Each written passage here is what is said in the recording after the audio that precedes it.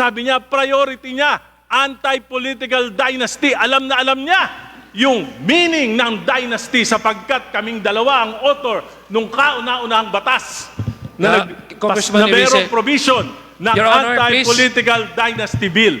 Your Bola Honor, lahat. Please, Bola nun. Your Bola, Honor, please, bola, direct- Marcos. Mr. Chair, kung ipapasa po natin itong version na ito po ay hindi anti-political dynasty bill. Dahil ito po, mas worst pa sa nangyayari ngayon. Hindi lang po mataba na dynasty ang ipopromote nito, bundat na dynasty ang ipopromote nito. Pangalawa po, maliwanag sa ating konstitusyon, sa mga framers ng konstitusyon natin, meron pong parameters on how to define a political dynasty. One, it should promote equal access and opportunities to ordinary citizens for public office. Dito po, yung 10 kayo na magkakamag-anak, lahat kayo pwedeng kumandidato dito sa iba't ibang mga posisyon. Pangalawa po, ang sinabi ng Constitution ng mga framers ng Constitution, it should prevent monopoly of power. 10 kayo, pwede. Hindi may monopoly of power, ang liwanag. Hindi, the Congress have been ignoring the anti-political dynasty provision of the 1987 Constitution for 39 years.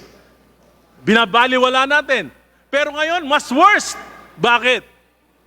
Binabastos natin ang essence ng konstitusyon kung ipapasa natin itong bill na ito. Alam nyo, sabi ni Presidente Marcos, priority niya magpakulong dahil dito sa flood control. Nagawa niya ba? Hindi. Bola lang. Sinabi ni Presidente, priority niya yung independent commission na ipasa ba? Hindi. Bola lang. Ngayon, sabi niya, priority niya, anti-political dynasty. Alam na alam niya yung meaning ng dynasty sapagkat kaming dalawa ang author nung kauna-unahang batas na mayroong provision ng Your Honor, anti-political dynasty bill. Your Bola Honor, lahat. Please, Bola nun. Your Bola, Honor, please bola, direct- Marcos. Your Honor, please direct. If that's a objection, you don't need to explain your objection. You just say you objected to the motion.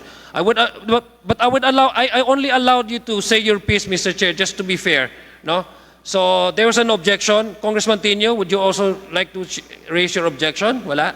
Yes, I also object to the sige. motion, Mr. So there's Chair. a motion. There's an objection to the motion to adopt the substitute bill, the House unnumbered House bill as a substitute bill. Is there? So there's a division. There's a motion. There's an objected to. So we divide the House.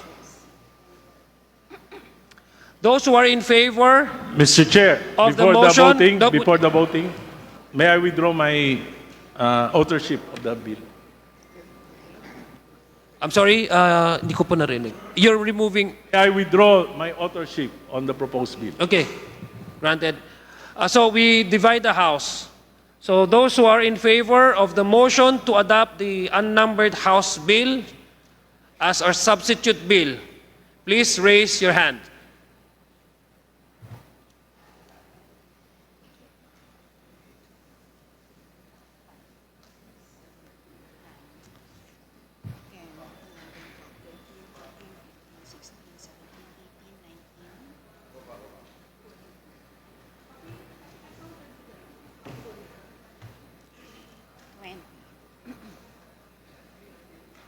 Those who object to the motion, please raise your hand.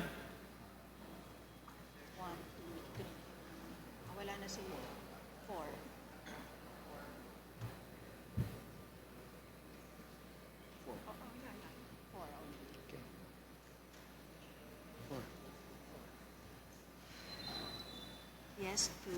Yes 20, no 4.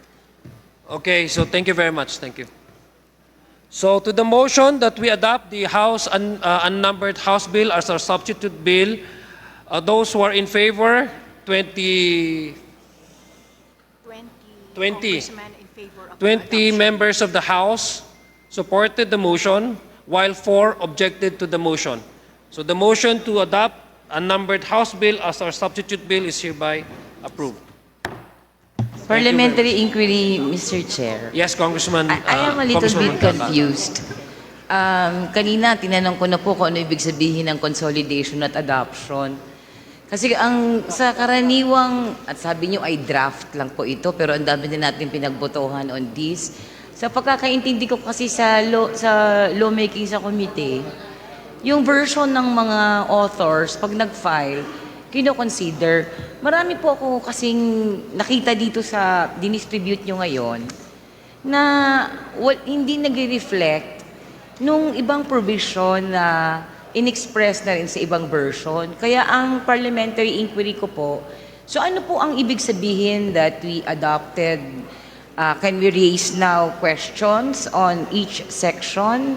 Because my understanding kanina when we voted was to adopt this as a draft in the process of consolidating. Meaning, may isang consolidated version na lalabas that reflects also the bill that I filed. Kung ina-adapt na po natin, ano po ang ibig sabihin?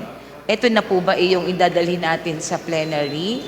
Kasi malaki po ang magiging implikasyon yan sa proseso ng paggawa ng batas. Kasi hindi nyo po na napakinggan ang input din ng version na pinail namin na hindi nire-reflect ng version na ito. Paki-clarify po, Mr. Chair. Thank you po. Thank you very much, Congresswoman. Earlier, we allow the consolidation of the House bills, but we also emphasize that the working draft that will be used is House Bill 6771. Which essentially covers a substantial portion of the substitute bill that we have already adopted. That's number one. Number two is, the question is whether can you still ask questions or raise concerns on specific sections on the substitute House bill that we have just adopted. Yes, you can, Your Honors. You can still ask questions. Mr. Chair, the this is still, assumption- yeah, but allow me first, Yes, with okay, all due sorry. respect. Anyway, this is still a subject of the committee report that we will be approving today. No? So there will be questions, I'm sure of it, there will be concerns that will be raised by members of this House to further clarify and understand the substitute bill that we have already just been adopted. So yes, to the question whether can you raise, yes, we can still discuss sections on the substitute House bill, unnumbered substitute House bill that we just approved.